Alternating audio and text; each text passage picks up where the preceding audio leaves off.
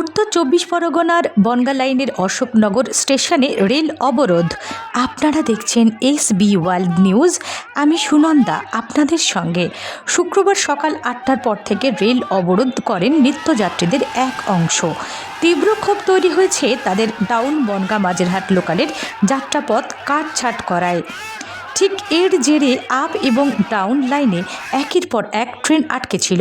Office টাইমে চরম দুর্ভোগের সম্মুখীন হয় নিত্য ট্রেন যাত্রীরা। পুলিশ অবরোধ তুলতে এলে হাতাহাতিতে জড়িয়ে পড়েন বিক্ষোভকারীরা। সমস্ত পরিস্থিতি নিয়ন্ত্রণে আনতে পুলিশকে লাঠিচার্জ করতে হয়, যদিও কিছুক্ষণ পর ফের ট্রেন পরিষেবা মোটামুটি স্বাভাবিক হতে থাকে। পরবর্তী খবরের ভিডিও আপডেট পেতে চ্যানেলটি সাবস্ক্রাইব করুন।